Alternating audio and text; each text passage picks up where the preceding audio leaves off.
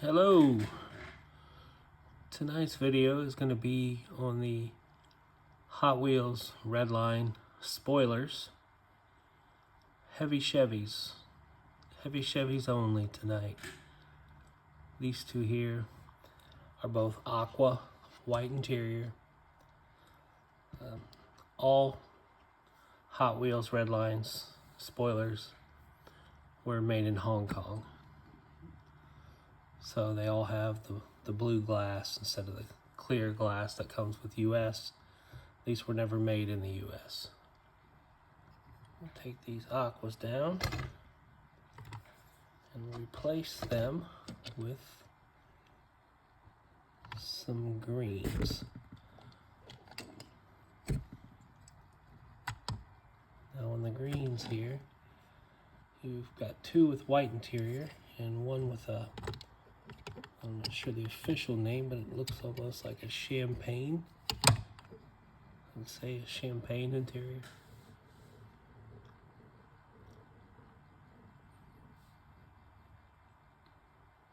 Again, these cars are basically, interior is really the only difference you could get. Pull these down real quick.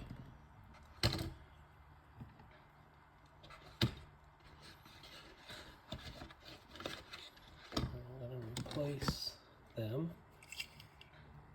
starting off with an orange, which is a little less common color.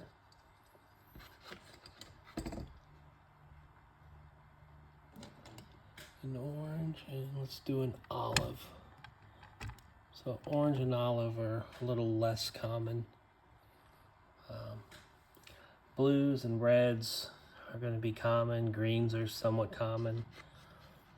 Aquas are a little less common, I would say. And then purple is another good one. Other than those colors, I don't have any others. So the orange one here was actually my first ever spoiler. I've owned this car for about 13 years.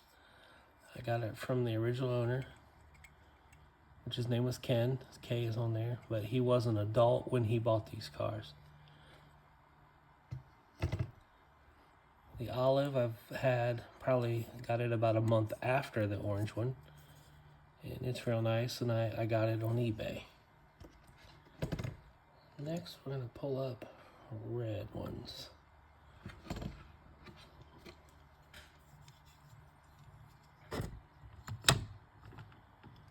A couple different red ones here.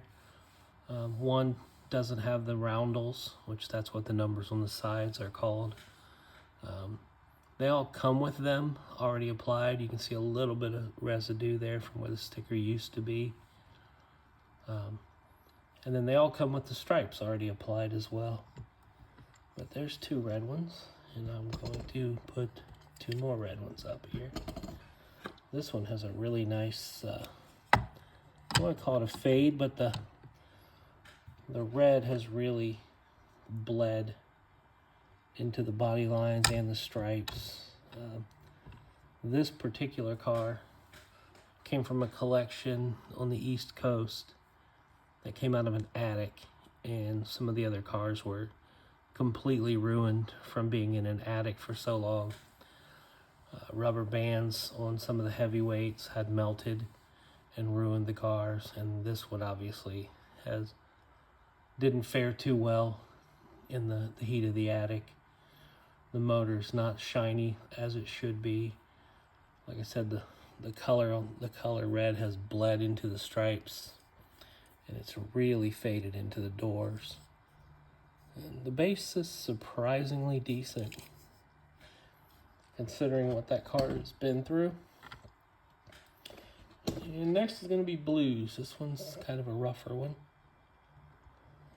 as far as in my collection goes. And this one here is a naked, which means somewhere along the line, someone has removed all stickers and roundels from it. It looks pretty cool if you ask me, but definitely sticks out when every other car I have does have the stripes. Another thing about the stripes on these cars from the factory, show you the base on these real quick.